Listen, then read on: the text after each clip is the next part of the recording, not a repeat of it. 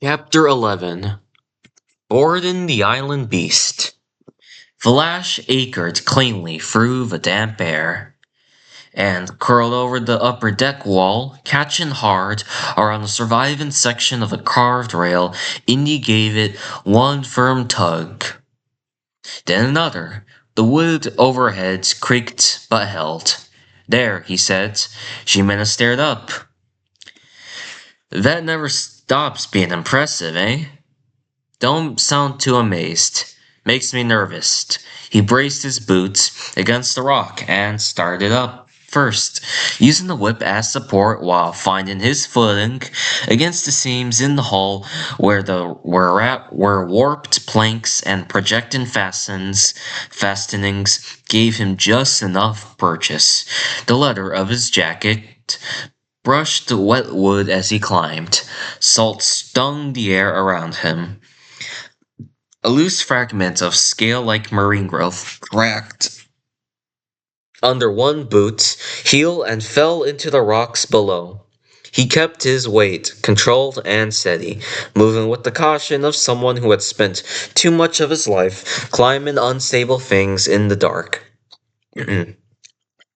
When he reached the the upper wall, he hooked an arm. He hooked an arm over the rail, tested it, then pulled himself up onto the deck with a hard, smooth motion. The wood beneath him groaned, but did not give. He crouched immediately, hands flat to the planking, feeling for movement. Solid enough.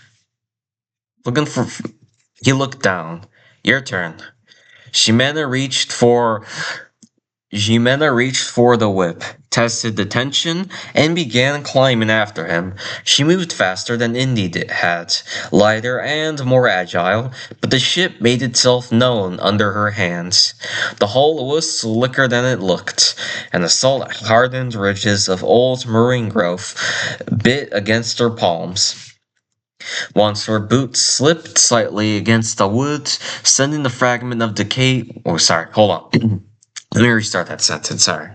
Once her boots slipped slightly against the wood, sending a fragment of decayed plank fluttering down to the rocks, but she recovered quickly. Still feel solid? She called up. Solid enough to regret later if it isn't. Indy answered. Comfort him. She reached the top rail, gripped it, and hauled herself onto the deck beside him. For a moment, neither of them stood. They simply remained crouched in the moon-muted dark, surrounded by the broken geometry of the ancient flagship. The deck was broader than it had looked from below, though much of it was obstructed by collapsed beams, snapped rigging, canted deck houses, and the broken stump of the central mast. Pools of rainwater had gathered in shallow depressions between the planks, reflecting narrow strips of pale sky. Salt crystals traced white lines in the seams of the wood. One section of the deck had buckled upwards near midship, as though the vessel had twisted under itself when it struck the coast. Another had partially collapsed inward, revealing darkness below through a jagged gap framed by splintered timbers. The smell was different up here, less fresh salt, more old rot, ancient wood, damp rope, stagnant rainwater, the sour mineral scent of enclosed spaces that had been opened and closed by weather for centuries. Ximena slowly rose to one knee and turned into place. This is incredible. Indy stood Indy stood beside her, gaze moving across the deck. It's a wreck. No, she said quietly. It's a time capsule. A loose line overhead knocked softly against the mast stump in the wind. Talk, talk, talk. The sound echoed faintly through the structure. Indy looked toward the stern castle, the highest surviving section of the ship. If there was an officer's chart room, he said, it'd be back there. Ximena followed his gaze. Top deck? Probably if the lower compartments flooded during the wreck, anything stored below would have been destroyed, scattered, or buried under collapse. And the chart? If it survived at all, Indy said, somebody protected it. She looked back out over the graveyard from the deck of the flagship. The other wrecks rose and sagged across the moonlit coastline around them like the scattered dead of a forgotten navy. The tide broke white against black rock below, and the clouds moved slowly overhead, turning the sea from silver to ink and back again. Then she looked toward the stern. So, she said softly, adjusting the strap of her saddle, what's the plan now? Indy reached down, gathered the whip back into his hand, and started forward over the groaning deck. Now, he said, we find out whether 500 years of ocean, storm, and bad luck left us anything worth crossing the ocean for. And together they moved deeper into the dead ship. The deck did not welcome them.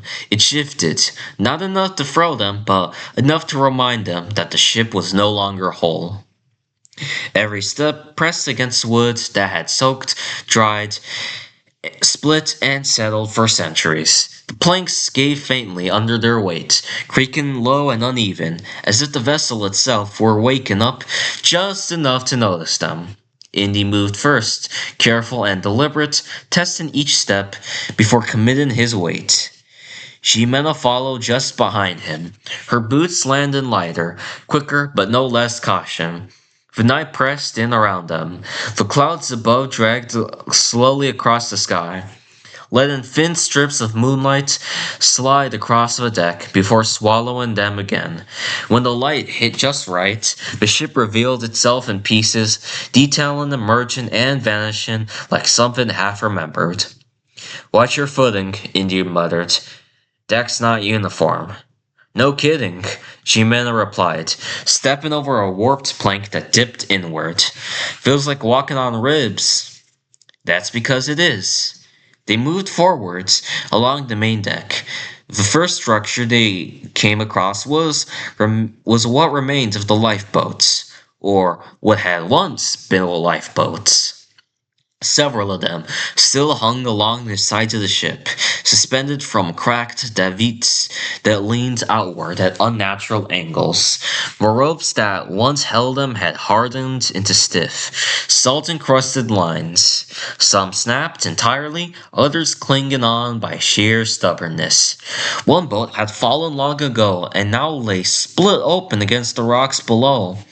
Another remained half lowered, its hull filled with rainwater and debris, gently rocking with the subtle movement of the ship.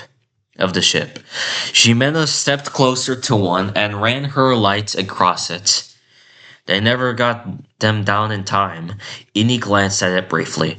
Or they tried, and it didn't matter. She looked at the broken ropes. They knew. Yeah, Indy said. They knew. The wind shifted slightly, pushing towards the rigging overhead. Somewhere deeper in the ship, something wooden knocked once, then settled again. They moved on. The next section of the deck opened into a wider, partially enclosed space. Low wooden barriers forming a series of rectangular pens. Most of them had collapsed inward. There were posts leaning or snapped entirely, but the layout was still clear. Ximena slowed. Outdoor livestock pens. Indy nodded. Long voyages, he said. Fresh food doesn't last forever. She stepped over one of the broken partitions, crouching slightly to examine the space. The wood here was darker, stains, unevenly, and scattered with remnants of what had once been straw or feeds, now reduced to indistinguishable organic decay. They kept animals up here? Sometimes, Indy replied. Better ventilation, easier to manage. She stood again, scanning the empty enclosures. Well, no animals made it. No, Indy said. Unfortunately, nothing did. They moved past the pens onto an area where the deck widened again, and where the first real signs of cargo appeared. Crates, broken, overturned, shattered, their contents long since spilled and scattered across the deck, caught in corners, wedged between beams, or half buried under collapsed woods. Amy crouched beside one of the piles and brushed away debris with his hands. Coins, small, circular, dulled with age, but still carrying faint designs. He picked one up, turning it slightly under the weak moonlight. Arabian, he said. Trade currency. Ximena stepped closer, shining her light across the area. There's more. She moved her beam against the. She moved her beam across the deck. Fragments of glazed ceramic, blue-green, smooth even after centuries. Persian faience. Persian faience, Indy said without looking up. Nearby, small shards of colored glass caught the eye. Deep blues, faint ambers, translucent greens. Indian, he added, then pointed slightly. And Syrian. Ximena let out a quiet breath.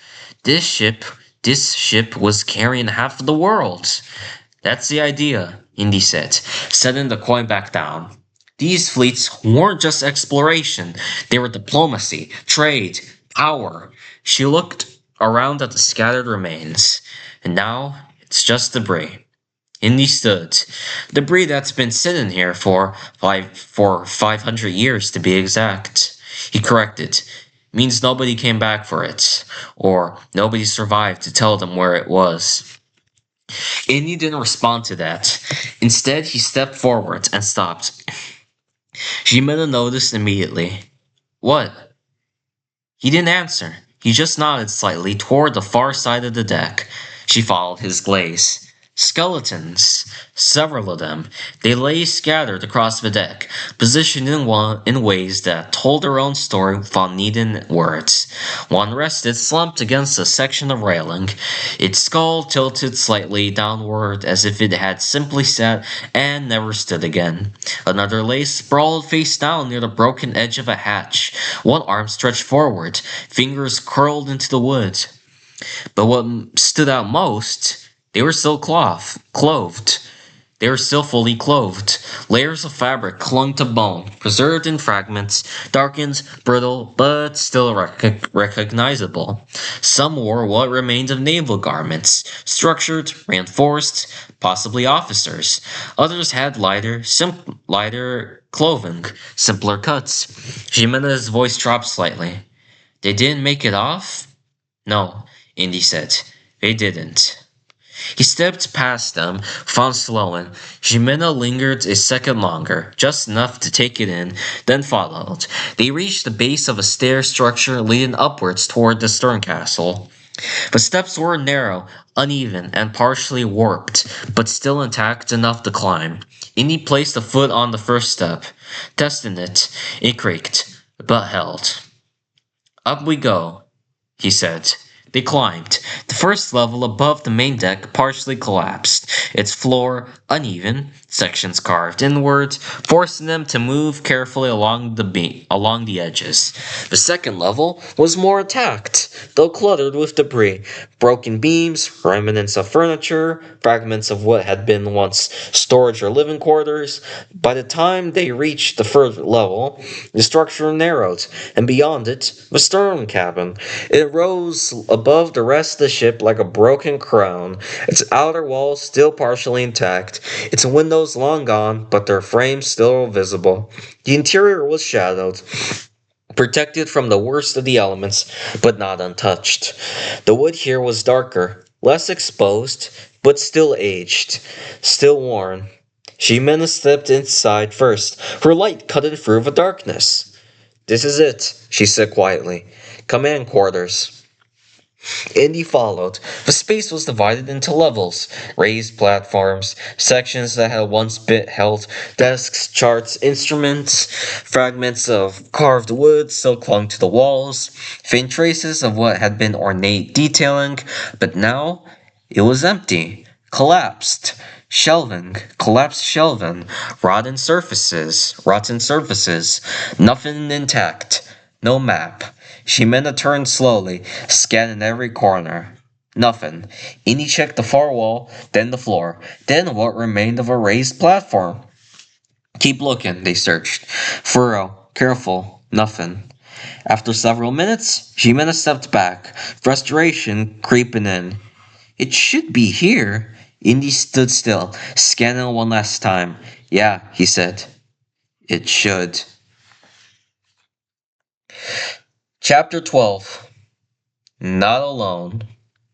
Silence. Then, maybe it didn't survive, she said. Indy didn't answer. He just turned and headed back toward the stairs. Let's not assume that yet. They began descending. The structure creaks beneath them again, louder this time. The sound echoing faintly through the hollow interior of the ship. Ximena moved slightly ahead this time, and stopped. Her lights froze. Okay. And he looked up. What? She didn't answer. Immediately, just tilted the beam slightly upward. Indy followed the light. A collapsed section of mast had fallen diagonally across part of the interior. It's a massive beam lodged between two levels. Trapped around it, a skeleton, still partially dressed, one arm hooked over the wood, ribs angled downward, skull tilted toward the deck below, as if frozen mid-fall. For a moment, neither of them moved. Then Ximena exhaled. That's new. He glanced at it briefly. Not really. She gave a small, dry laugh. Yeah, fair. She stepped around it carefully, not letting it slow her down. Didn't stare, didn't linger, just moved. Indy followed, and together they continued down into the deeper parts of the ship. The deeper parts of the ship did not greet them. They swallowed them. Indy flicked his flashlight on. The beam cut in sharply through the dark like a blade. Dust. No, not dust. Something finer. Lifted into the air where the light passed. Drifted slowly as if the ship itself had exhaled after centuries of stillness. He reached into his satchel and pulled out a second flashlight, clicking it on before handing it to Ximena. To Ximena. Take it, he said. We don't split light. She took it from without a word. Her fingers tightened slightly around the handle. The two beams moved together now, sweeping, overlapping, searching. The wood beneath their feet shifted with a deeper tone here. Not the dry creak of exposed deck planks, but something heavier. Hollow, like the sounds carried farther than it should. Ximena moved slightly ahead. Then stopped. Not suddenly, not sharply. Just stop. Okay. Indy didn't move. What? She didn't answer. Her light angled forward, slow, controlled, and held. There, she said quietly. Indy stepped beside her and followed the beam. At first, nothing. Then the clouds shifted. Moonlight slipped through a break in the sky, spilling across the forward upper deck, just beyond the interior opening. And for a second, there was a shape, standing still. A figure, slender, upright, facing them. A woman. Then the clouds moved again, and it was gone. Ximena didn't hesitate. Hey!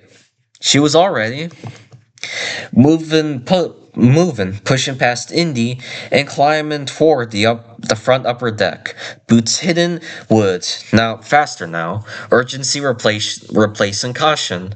Ximena, wait! She called out. Hey, we're not... She pulled herself up over the broken edge of the forward deck and swung onto it, her flashlight snapping across the planks. Empty.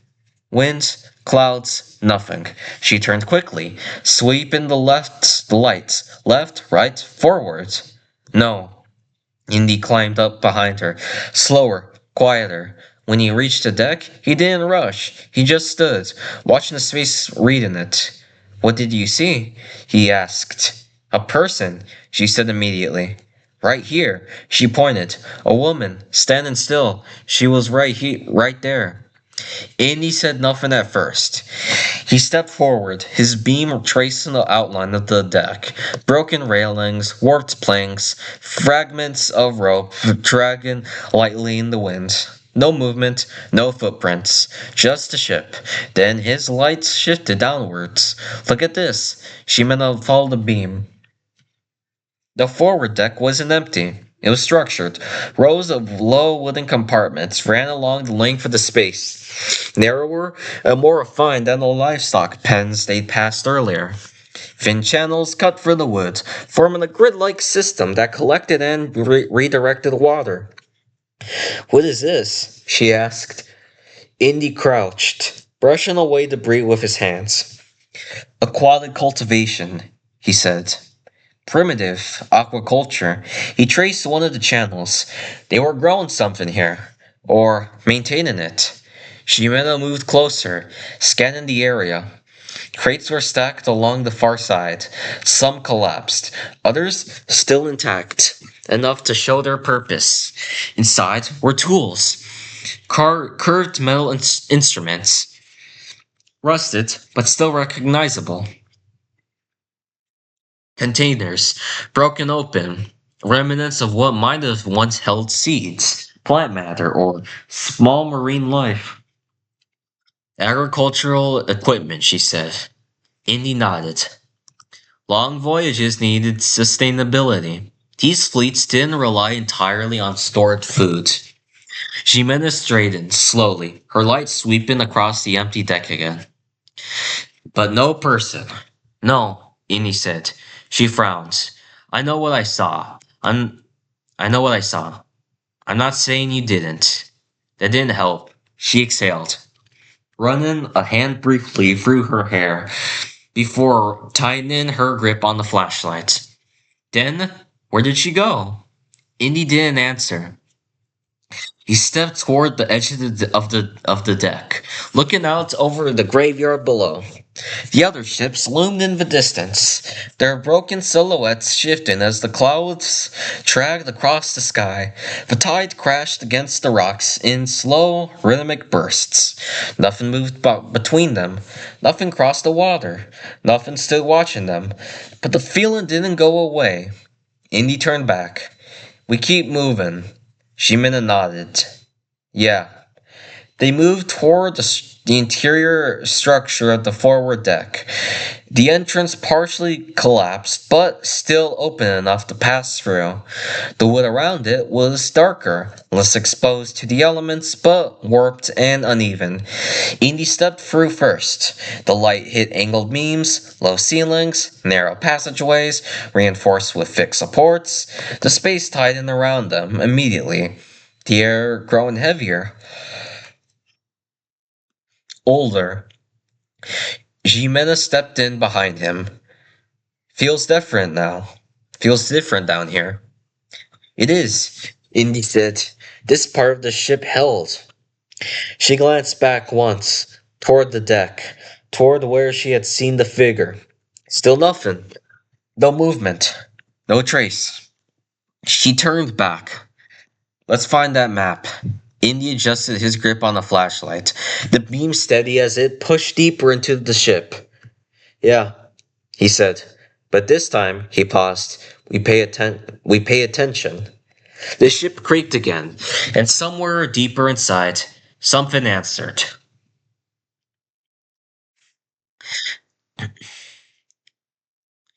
Chapter 13. Descending into the vessel. The upper deck had been built for control, even broken. It showed. Indy moved ahead, his flashlight gliding across the remains of the operational layout. Thick mast bases, reinforced rigid anchors, and the skeletal lines of what had once been a coordinated system of movement. Everything up here had served a purpose. Nothing had been decorative. "This was the commanding layer," Indy said. Masts, rigging, navigation, everything routed down here."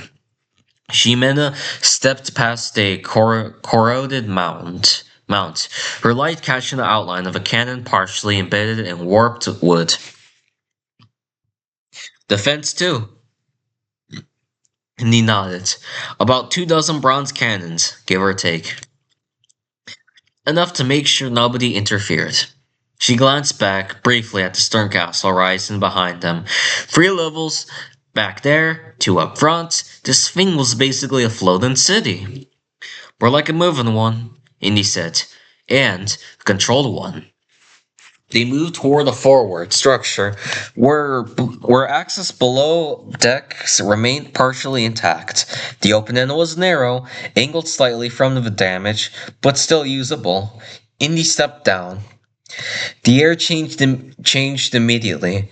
Cooler, denser, less wind, more weight. Jimena followed, her flashlight beam tightening as the space closed in around them. They had entered the second deck, the upper interior. The corridor stretched ahead, narrow but structured, with doors lining both sides. Some hung open, others were sealed shut. Their wood swollen and warped. A few had broken entirely, leaving dark interiors exposed. Private cabins, Indy said, sweeping his light across them. Lockable. Officers, dignitaries, upper class, passengers. Jimena passed one doorway, glancing inside. Feels like a hallway in a hotel. Something like that, Indy replied. Some records say ships like this had up to 60 rooms on this level alone. She let out a quiet breath. That's insane. Long voyages, Indy said. You don't pack people into cargo holds if they matter. They moved forwards. A skeleton sat slumped against one of the walls, still dressed in what very mostly remained of structured clothing. Another lay partially inside one of the open rooms, one arm extended outwards. Neither of them stopped. They had already seen enough of that. Jimena broke the silence. That woman, she said. You don't think that was just light? Indy didn't answer immediately. Instead, what did she look like? Jimena thought for a moment as they talked. Tall, she said. Slender, not thin, just built. Fit. Indy nodded slightly, listening.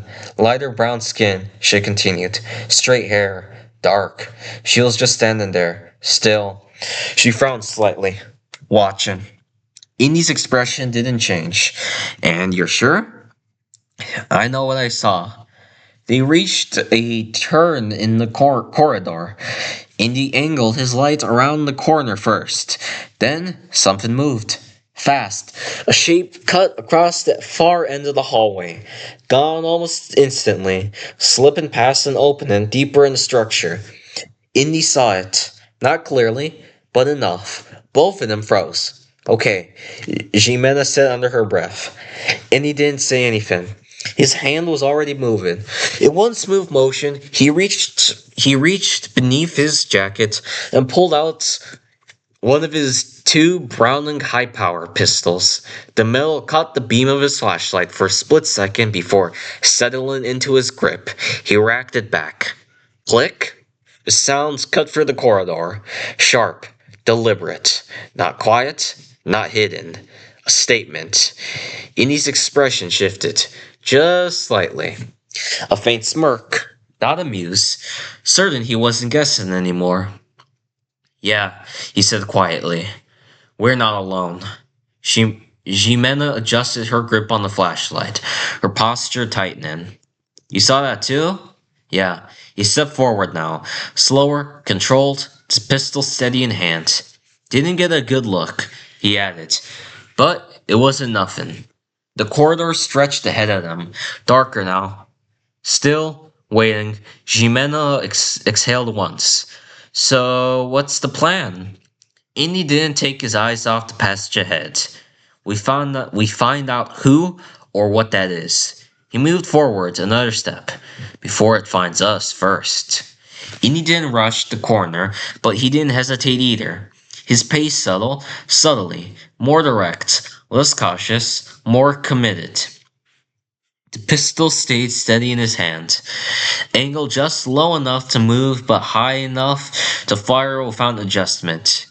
Jimena followed close behind, her light fixed over his shoulder. The beam tightened as the corridor narrowed. The creaking of the ship deepened. Every step seemed louder now, each movement echoing into the structure ahead of them. The air felt thicker here, heavier, like it hadn't been disturbed in years, and didn't want to be. They reached the corner, a doorway, half intact, the frame warped, but still standing. Indy slowed, just enough. He turned sharply into the opening. Flashlight snapping forward, pistol raised in the same motion. Ready, prepared, finger just off the trigger. The beam cut across the space. Cargo broken crates, stacked unevenly against the walls. Some collapsed inwards, others split open long ago. Fragments of wood littered the floor, mixed with old rope, rusted fittings, and scattered debris that had settled into the seams of the planking. The far wall leaned slightly inwards, warped by time and pressure. No movement, no sound beyond the slow groan of the ship. Indy held position for a second longer, scanning the left, then the right. Nothing. Nothing. Jimena stepped in behind him, sweeping her light across the corners. That's it? Looks like it, Indy said. She frowned slightly. That wasn't nothing. No, Indy replied quietly. It wasn't. He lowered the pistol slightly, but didn't put it away. The room offered nothing else. No footprints, no disturbed debris, no sign of recent movement. Just old cargo. Old air. And the same quiet that had been there since they arrived. Jimena exhaled. I don't like that. Yeah, Indy said. Me neither. He stepped back out into the corridor, turning his light downward, toward a narrow staircase partially concealed by a support beam. Next level, he said. Jimena followed his beam. Crew deck? Indy nodded. Third deck, living quarters for the soldiers, for the sailors, soldiers, everyone that kept this thing running. They moved toward the stairs. The structure here was tighter, more compact. The steps were narrower, worn unevenly, and coated in a thin layer of damp residue that made each step deliberate. As they descended, the air changed again, warmer, closer. The smell of aged wood intensified, mixed now with something faintly organic, earthly, almost. Jimena noticed it immediately. That smell. Indy angled his light downward. Gardens, he said. She glanced at him. On a ship? Controlled growth, Indy replied. Vegetables, ginger, anything that kept the crew from getting sick on long voyages. Same idea as the upper deck systems, just scaled differently. They reached the bottom. The third deck opened into a wider space. Though still enclosed, with low ceilings supported by thick beams running across the structure, sections of the floor had been divided into rows, some for sleeping quarters, others for storage. And in several areas, raised wooden tubs, empty now, but still intact. Jimena stepped closer to one, brushing her light across it. They were growing things down here. Yeah, Indy said. Kept people alive longer. She nodded slightly, scanning the rest of the deck. More skeletons, scattered, some in what remained of bunks, others along the floor, partially covered by debris. Neither of them stopped. They had already seen enough. Indy moved forward, his light cutting deeper into the deck. The map's not going to be out in the open, he said. If it's here, it's hidden. It's hidden. Jimena adjusted her grip on the flashlight. Then we keep moving. Indy nodded. They moved deeper into the third deck, their lights disappearing into the structure of the ship, and leaving the upper levels above behind them. Above, the corridor they had just cleared sat in silence. The doorway, the broken cargo, the same stillness. Then, a shift. Not loud, not suddenly, just movement. From the shadows along the far wall, something stepped forward. A figure, tall and still. A sambar deer skull rested above her head, the bone pale against the darkness, its elongated shape casting hollow shadows where eyes should have been. The antler stubs curved slightly backwards, worn but intact. Beneath it, strips of cloth wrapped tightly. Across her chest, layered and weathered, bound with purpose rather than decoration. Around her waist, heavier fabric, fur-lined, rough, hung on uneven layers, shifting slightly with her breath. Her skin caught the faintest trace of moonlight filtering through a gap above, lighter brown, smooth, alive. She did not move toward the doorway. She did not follow. She simply stood there, watching the space they had just left, watching where they had been, silent, unseen, not alone. Chapter Chapter 14. The Cemetery Warriors. The third deck groans beneath them, not loudly, not dramatically, just enough to remind anyone standing there that the ship was not meant to be alive, and yet somehow refused to be dead. Indy moved first, boots stepping carefully across warped wooden planks, slick with centuries of moisture. His flashlight cut a narrow beam through the darkness, illuminating fragments of the past in dark flashes. Splintered bunks, collapsed beams, hanging ropes, stiffened into place like fossilized vines. In his other hand, steady and low, sat his pistol, ready, always ready. Behind him, Jimena followed, her own light, sweeping faster, sharper, less patient. Well, hold on, guys. Just hold on. Just give me a quick moment, really quickly. I'm sorry. I just have to use the my bathroom really quickly. Just give me a quick moment, guys.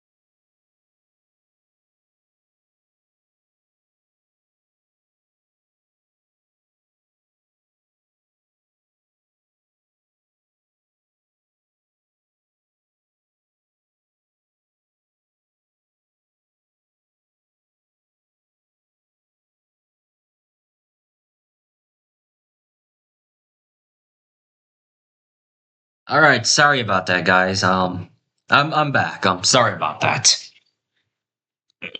Let's get back on topic. I'm back from the bathroom. Let's continue on topic, shall we? Back to Indiana Jones. Let me guess, she muttered, voice echoing softly through the hall. You always walk around like this. Indy didn't turn. Like what? Like you're about to arrest the ocean, she said, flashlight in one hand, gun in the other. A beat. Then, you are you a state trooper or something? Indy actually laughed. Not loud, but real. It cut through the tension just enough to be human again. Um, yeah, he said dryly. Pulled over a couple of waves. Couple of waves, on the way in. Um, hold on, guys, just give me a moment. Ways in. They didn't have. Sorry. Pulled over a couple of ways on the way in. Um, oh. Jimena smirked behind him. Figures. Oh, wait, hold on, sorry, I missed some part. Let's start over that. Yeah, he said dryly. Pulled over a couple of ways on the way in. They didn't have licenses. Jimena smirked behind him. Figures. They kept moving. The third deck stretched long and uneven, once built to house hundreds of sailors, soldiers, workers, all packed into tight quarters beneath the command decks above. Now it was hollow, stripped, left behind. The air smelled wrong. Salt, yes, but something else underneath. Old, damp, rotten without decay. Indy slowed slightly. Something about the silence. Oh, hold on, yes. Oh, I missed a sentence. Hold on. Salt, yeah. Oh, sorry. Salt, yes, but something else underneath. Old, damp, rotten with decay. Indy slowed slightly. Something about the silence wasn't empty. It was waiting. His flashlight passed over a doorway, half collapsed, frame splintered inward. Behind it, a narrow hallway disappeared into darkness.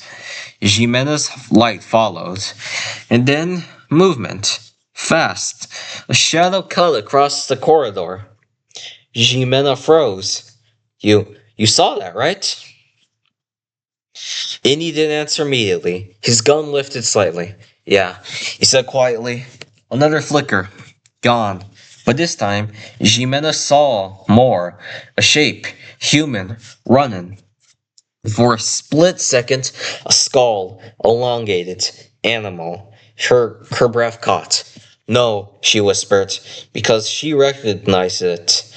Not fully, not logically, but something in her brain connected it instantly. That woman. The one from before. The one she couldn't explain. Except this wasn't her. This was a man. Same silhouette, same unnatural presence, same skull. Sambar deer. Jimena's grip tightened, and then she moved. Hey! Indy snapped his head around. Jimena! Too late. She was already running. Boots slammed against wood as she sprinted past him.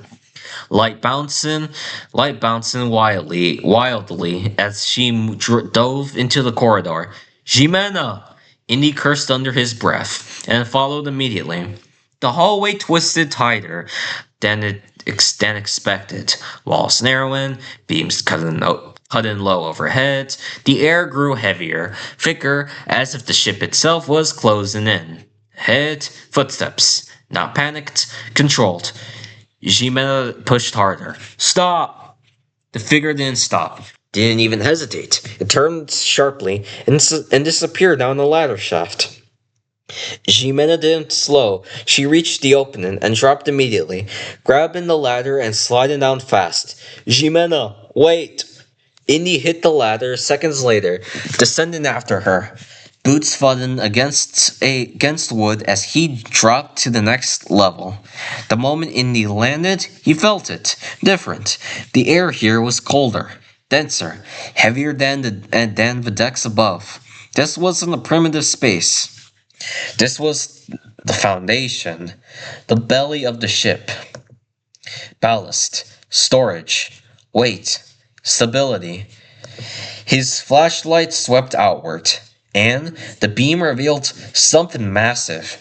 Rows, endless rows, crates, broken, cracked. Some collapsed inward, but some recognizable. Chinese silk bundles, long rotted away, porcelain shattered across the floor like bone fragments, fragments of trade goods, scattered and swallowed by time. Chains hung from the ceiling, thick rust-eaten, empty. Massive enclosures lined sections of the deck, reinforced wood and iron bars. Some bent outwards, others collapsed entirely.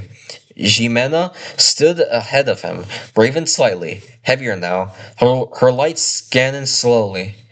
This is where they kept everything, she murmured. Indy nodded faintly. Ballast, too, he said. Water, stone, weight to keep the ship upright. His light passed over a massive enclosure, then another, each one big enough to hold something enormous. Animals, Jimenez said quietly. Indy didn't argue. You don't build cages like that for cargo in this case. Her light flickered across the interior of one. Empty. No bones, no remains, just space and silence. African bush elephants, she said. Another cage. Giraffes. These ones were specifically from Somalia and Kenya, or Malindi, as the Ming Chinese called Kenya back then. Another, African lions, leopards, camels. Indy's voice was low. Rhinos. The beam moved again. This place was alive once. Jimena swallowed. Yeah. Then, a sound behind her. Not loud, but deliberate. A step. Indy turned instantly. Gun raised. Don't move. Jimena spun with him. The darkness ahead shifted and then stepped out. Two figures, slow, controlled, unafraid. The first, female, tall, lean, her body wrapped in layered cloth, tied across the torso, binding over the chest, flowing into tattered strips across her waist. Fur and fabric merged together, hanging in uneven links. Her head, covered entirely by a sambar deer skull. The bone was aged, darkened, elongated in a way that made it look almost unnatural, too smooth, too deliberate. The antlers stretched outward and slightly back, framing her silhouette like a crown. From beneath the skull, darkness. No visible face, no visible eyes, but she was looking at them. Indy knew it. He felt it. Beside her, male, larger, broader shoulders, more imposing. His chest bare, no wrapping like hers, just hardened muscle marked with faint scars and dirt, partially covered by rough fur draped over one shoulder around his waist. His skull, also sambar, but different, heavier, more jagged. The bone structure is thicker, slightly asymmetrical, as if worn longer or carved differently. His antlers were shorter, but thicker, curved more aggressively forwards, predatory. His arms hung loosely at his sides, but not relaxed. Ready? Always ready. Neither spoke, neither moved closer. They just stood there, waiting, watching. Then the silence stretched. Jimena's voice came out lower than she expected. Those are them. Indy didn't lower his gun. Yeah, he said quietly. The female cemetery warrior tilted her head slightly, just enough to feel wrong. Just enough to feel like she understood them. The male shifted his weight. One step forward. Not aggressive, but not passive either. A warning. Indy's grip tightened. Don't. Oh, hold on, let me try it again. Don't, he said, calm, measured, seriously. The man didn't stop. Another step, closer now. The distance was shrinking. The air was tightening. Jimena stepped slightly to Indy's side. These aren't normal people. No, Indy said. They're not. The female moved now. One step, mirroring the male.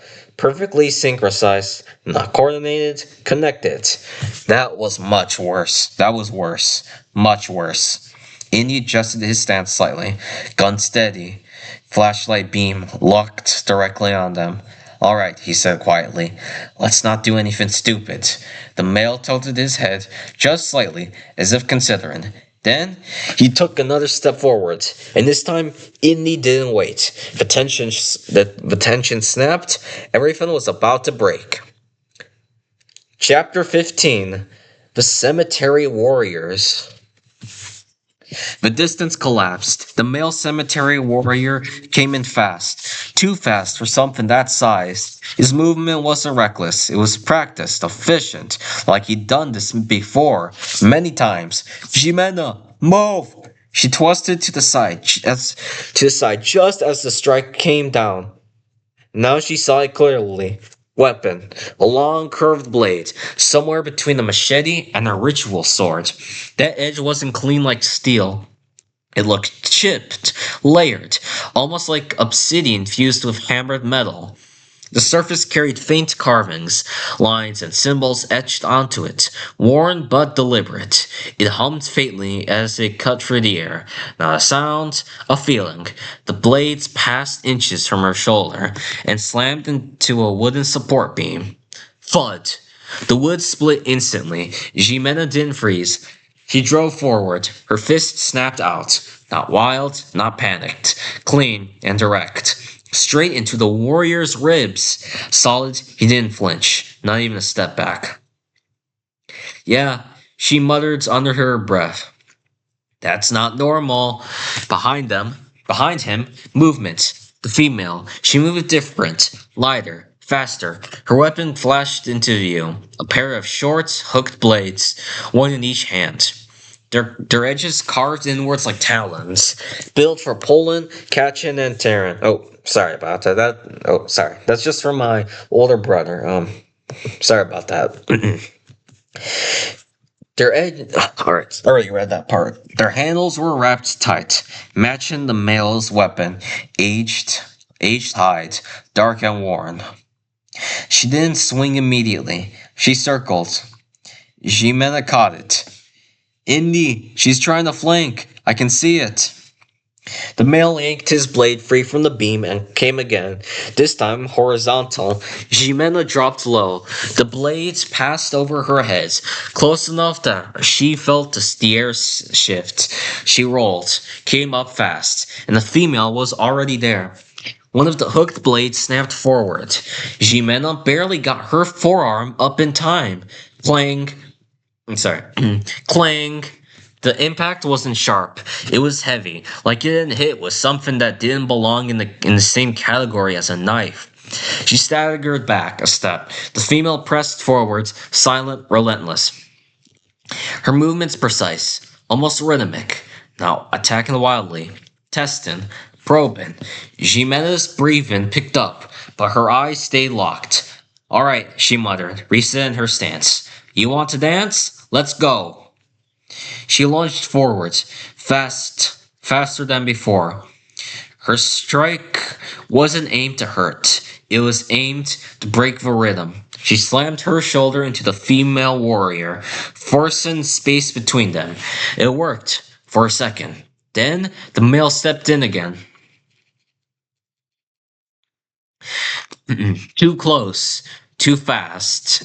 The curved blade came down, and that's when, bang, the gunshot ripped through the hall. The round screamed just above the male warrior's skull, crack, and slammed into a stack of cargo behind him, exploding the crate apart into a burst of splintered wood and sharp and shattered porcelain.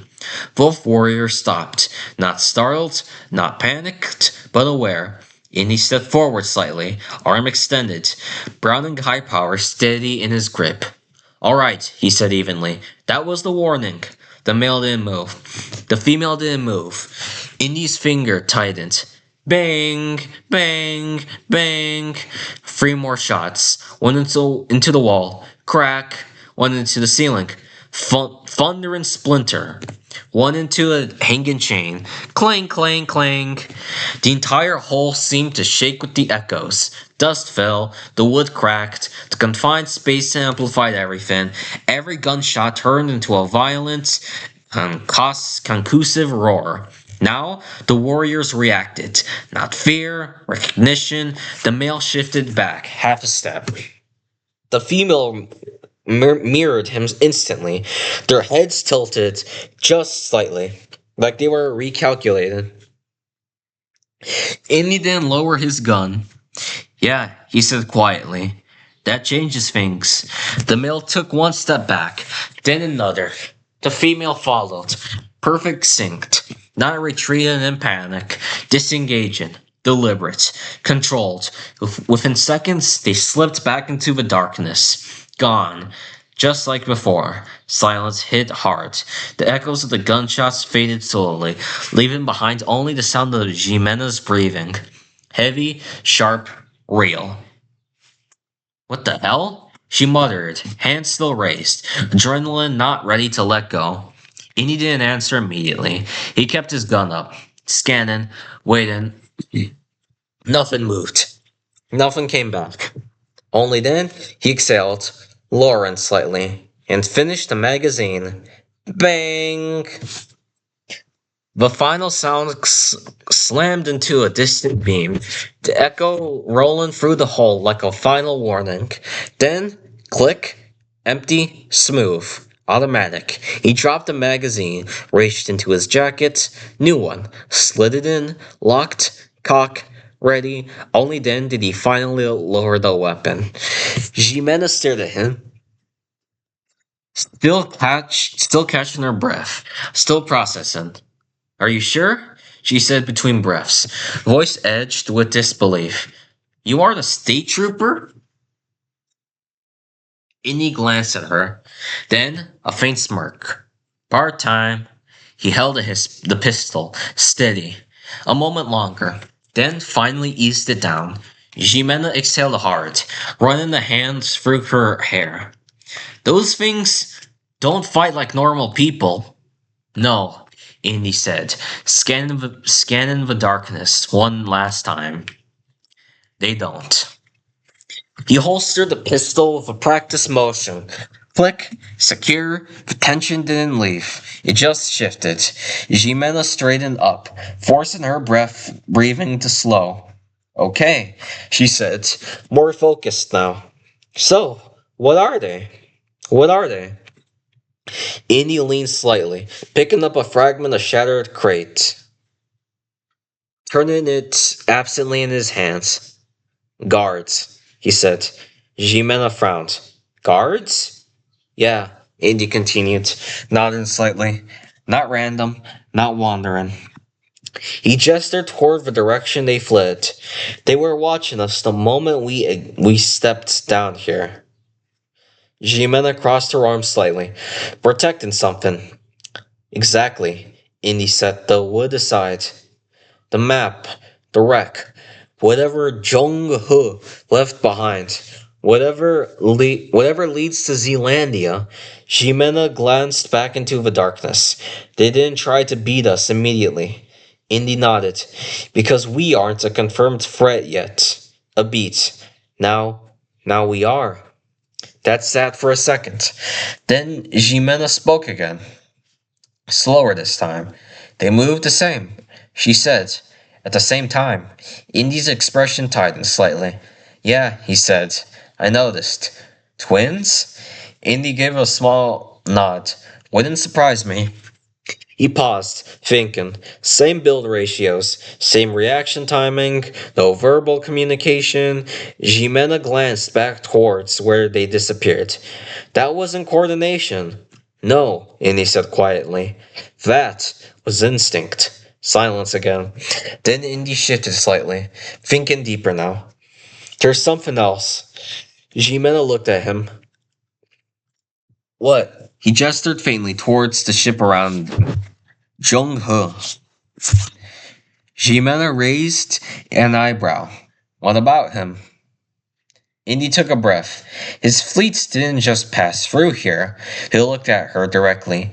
They interacted with the people here, traded, negotiated, fought sometimes. Indonesia, Jimena said. Indy nodded. Particularly, Indonesian Austronesians. The word hung in the air from Sumatra, Java, Borneo, this entire region. Jimena's expression sharpened slightly. You're saying, I'm saying, Indy cut in. Those two. He glanced back into the darkness. They're not outsiders. They're from here, protecting this place. Yeah, another pause. Then Indy added, quieter now. By protocol, guards like that don't stay active all the time. Jimena looked at him. What do you mean? They patrol at night, Indy said. When visibility drops, when movement's harder to track, he glanced upward, slightly towards the decks above. Daytime? They disappear. Rest, hide, reset. Jimena nodded slowly. So, we ran into them at the wrong possible time? Indy gave a faint, humorless smile. Yeah, we did. The hull creaked again, low, deep, like the ship was listening. Jimena glanced around once more. So, what now? Indy looked towards the deeper sections of the wreck, toward where the darkness thickened. Now, he said quietly, we keep moving, and somewhere in the shadows, something shifted. Watching, waiting, still there.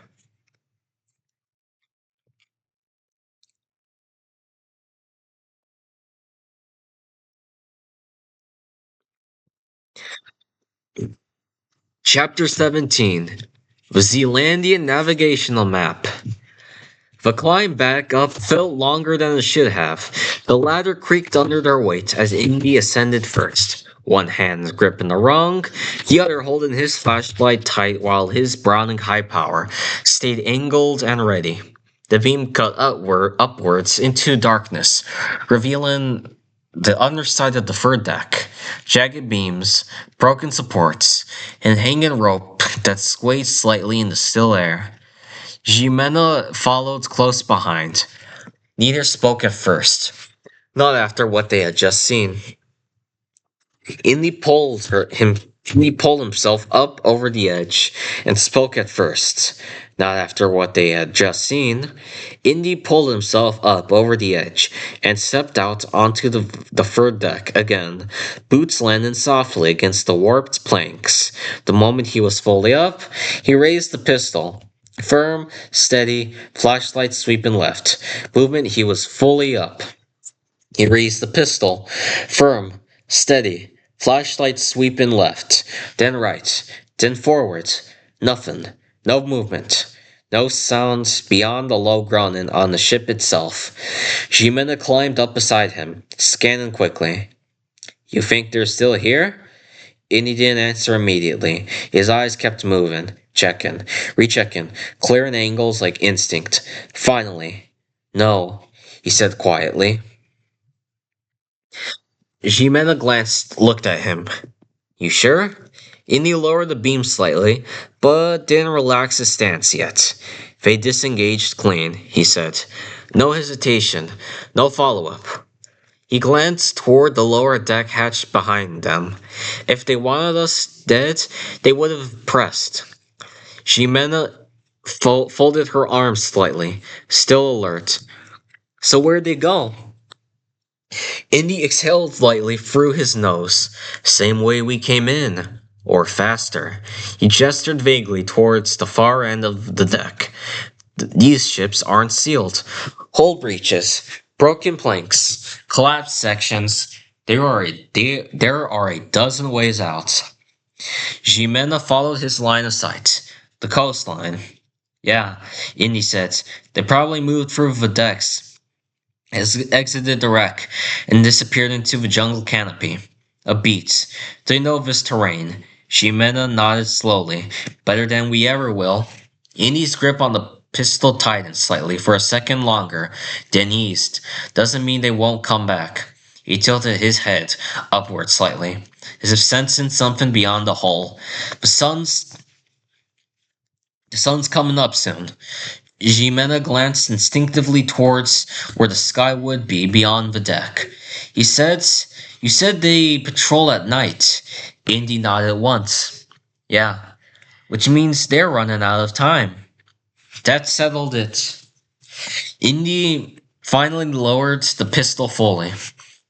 The tension didn't vanish, but it shifted from the immediate danger to urgency. He took one last slow sweep with the flashlight, then holstered the weapon. Click, secure. Let's move, he said. The fur deck stretched ahead of them again, long, uneven, quieter than before. Without the presence of the warriors, it felt emptier. Not safe, but not safe. Never safe. Just less occupied. Their footsteps echoed softly as they moved deeper into the deck, passing through rows of collapsed bunks and broken storage frames. Wood splintered underfoot in places, forcing them to slow and step carefully. Jimenez's light passed over something. She stopped. Indy? He turned slightly. Her beam settled on the floor. Bones. Human. A skeleton lay half buried, collapsed beneath collapsed planks. Its ribcage partially crushed inward. Arms twisted at unnatural angles. The skull had rolled a few feet away, staring blankly towards the far wall. Indy crouched slightly, examining it. Crew, he said. Probably never made it off the ship. Jimena swallowed lightly, her voice quieter now. There's more. She swept the light further. Two more skeletons. Then another. Scattered. Not piled, not grouped, just left, like people trying to escape something that never gave them the chance. Indy stood again. Storm, he muttered. Structural failure. Maybe worse. Jimena frowned. You think whatever they found had something to do with it? Indy didn't answer that directly. Jong He's fleet ran into something out here. He said instead, something bad enough to wreck ships this size. He gestured around them. These weren't small vessels. They were built for open ocean travel. Reinforced balanced. Reinforced balanced. Jimena looked around again. And they still ended up here. Yeah, a beat. Which means whatever happened wasn't normal. They kept moving. More cargo appeared in fragments. Rotted crates, rusted tools, remnants of equipment, long since lost to time. Pieces of porcelain crunched underfoot, occasionally, their patterns still faintly visible in the flashlight beam. But nothing stood out. Nothing that screamed importance. Nothing that looked like a map. Jimena exhaled in frustration. Hold on, guys. Just give me a moment. Hold on. Jimena exhaled in frustration. Are we sure this is even the right deck? Indy didn't slow. Yeah, you sounded pretty confident. I am. She gave him a look. Why? Indy stopped, turned slightly. His flashlight beam studied. No longer scanning. Focused. Think about it, he said. This deck housed the crew. Jimena shrugged slightly. Okay, which means it housed navigation officers too. They made her pause. Made her pause. Indy continued. Maps aren't stored in cargo holds. Too risky. Too much movement. Too much exposure. He gestured downwards, toward the lower decks. Down there, there's storage, with supplies, then upward. Upper decks? Command, sure, but also exposure. Visibility. If something went wrong, those areas are the first to be hit. Sorry. Oh, sorry about that. Are the first to be hit. Jimena nodded, slowly now. Following. So middle deck. Exactly. Indy's voice lowered. Slightly. If you had something important, something you didn't want, easily found or destroyed, he tapped the wooden wall beside him.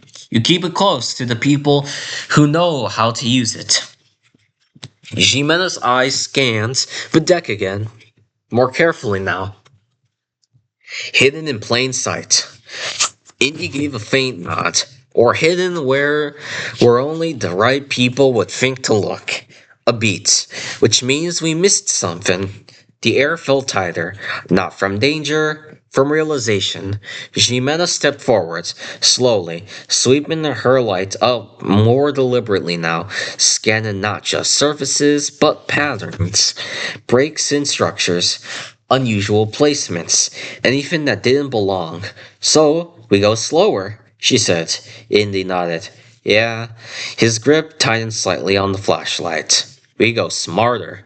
The ship creaked again, low, distant, and somewhere beyond the hull. The faintest hint of light began to press against the darkness. Dawn was coming, and whatever they were looking for had to be here, somewhere. They found it at the end of the deck, past the broken bunks, past the scattered bones, past the sections of the hulls, where the wood had wrapped so badly it had no longer resembled anything built by human hands. A door, half hanging on one hinge. Indy slowed immediately. Hold up. Jimena stepped behind them. The doorway was narrower than the rest, framed more cleanly, reinforced, not crew quarters, not storage. Indy pushed the door gently. It groaned inward. The room was smaller, but intact. More intact than anything else they'd ever seen. The walls were reinforced with thicker timber, still holding their shape despite centuries of decay. Fragments of silk hung in strips from the corners, long since bleached and eaten by time. A broken writing desk sat tiled to one side, its surface littered with decayed parchment fragments, inkstones, and cracked brushes. A navigational table stood at the center, split down the middle, and there on the floor, a skeleton, not like the others. This one was deliberate, positioned, uniform, still partially intact. Layers of what had once been fine fabric, now rotted into stiffened fragments. Metal clasps and insignia still clung faintly to the chest. The skulls rested upright, not rolled away, facing upwards. As if still garden. Jimenez lowered her voice. That's not one of the crew. Indy shook his head slightly. No. He stepped closer, crouching just slightly, studying the remains. Naval officer, he said. High rank. He pointed faintly to the remnants of the uniform. Command grades. Probably lieutenant. Maybe higher. Jimena followed his gaze. Then saw it behind the skeleton. Indy, he already saw it. It sat against the far wall, heavy, reinforced, dark wood bound, thick iron plating. The surface scarred but intact. The corners were capped in metal, designed to absorb impact. Even the lid was layered, built to withstand force, water and pressure. Chain, not water pressure, water and pressure. Water and pressure, not water pressure. Chains wrapped tightly around it, thick, interlocked, and free locks. Large iron corroded, but still holding. Jimena stepped closer slowly. That's not normal cargo. And he stood, eyes fixed on it. No, he said quietly. That's something they didn't want lost. He looked at the skeleton again. Or found. Jimena crossed her arms slightly. You think that's it? Indy didn't hesitate. Yeah. He stepped forward. This wasn't thrown together. This was planned. He gestured at the chains, locked down slightly, locked down tight, secured by someone who knew what they were doing. His voice lowered slightly. During the storm, Shimena nodded. A monsoon? Indy glanced back at her. Exactly. He turned back to the chest. One of the senior officers, probably a naval lieutenant, locks the map down here. Middle deck, reinforced cabin, minimal exposure. He tapped the iron plate lightly. So it survives. A beat. Even if the ship doesn't, silence settled. Then Indy reached behind his back and pulled out the machete. The blade caught the faint early light creeping into the room. All right, he said. Let's open it. The first strike rang out. Clang, clang. Metal against metal. The chains shuddered, but held. Jimena stepped back slightly. You sure that's gonna work? Indy adjusted his grip. Doesn't have to be clean, he said. Just has to break. He swung again. Clang, clang. Again. Clang, crack. A link bent inwards. Not broken, but weakened. Indy pressed forward now, jamming the machete into the gap, twisting hard. The metal groaned. Come on, come on. The final shove, snap. The chain gave. It fell loose with a heavy clatter against the woods. Jimena smirked slightly. Okay, that works. Indy didn't stop. He moved to the locks. One by one, he wedged the blade into the mechanism. Twisted, forced, the first lock broke with a sharp metallic pop. The second took longer. The third, stubborn, resistant, Indy gritted his teeth, applying more force. Of course, you're the difficult one. The final hard wrench, crack, the lock split. All three fell away. Silence. Indy placed the machete down, slowly, then lifted the lid. It opened smoothly, too smoothly, like it had been waiting. Inside, there was padded cloth and blankets, wrapped, layered, protected. Indy carefully unfolded it and froze. No way. No way. Jimena stepped beside him. What? Then she saw it. Oh my god! It was massive, detailed, precise, far beyond anything they had ever seen. Indy laid it out across the broken table, smoothing it carefully.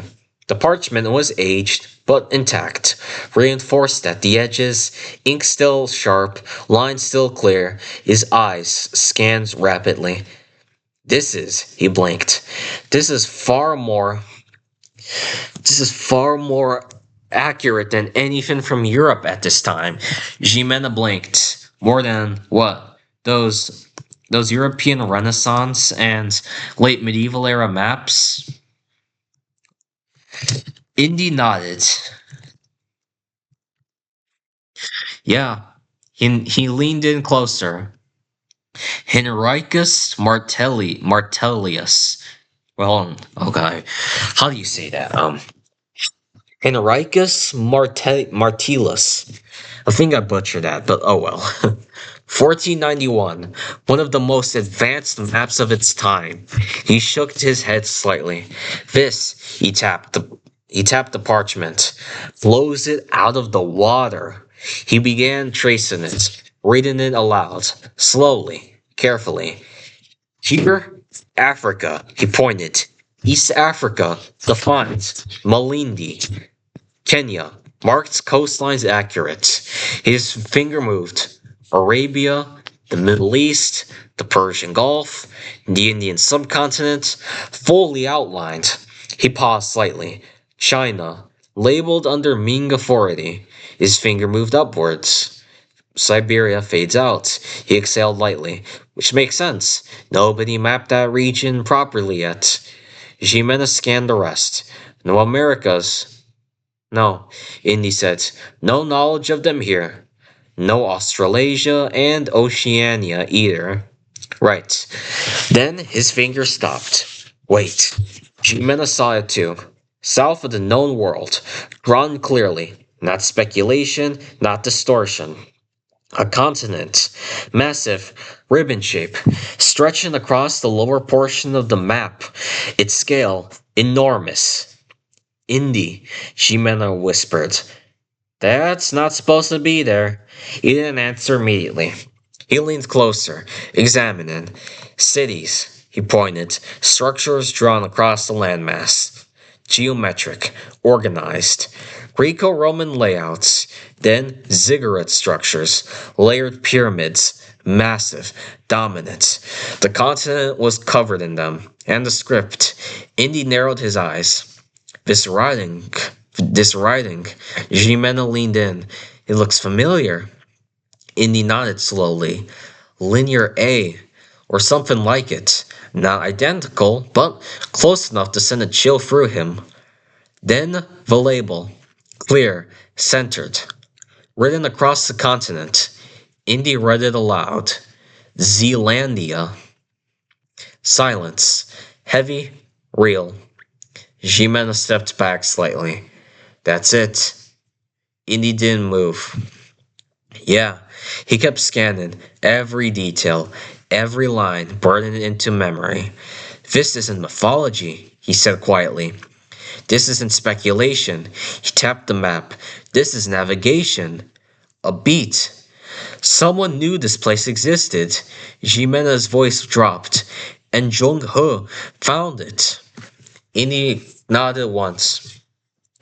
Or got close enough to map it. He carefully folded the map again. Precise, controlled, like it mattered. Because it did. He placed it back into the cloth. Secured it. Then Indiana looked at her. We're done here. Jimena blinked. That's it? Indy nodded. We got what we came for. A beat. Then, we go to Tibet. Jimena's expression sharpened. Tomorrow? Indy didn't hesitate. Tomorrow, not the world, sorry. The word landed, final, beyond the hole. The first real light of dawn across the horizon, and the path ahead was no longer a mystery. It was a destination. All right, well, we'll stop here for today. Ooh, oh, don't want to close out of it. That was close. Gotta be more careful.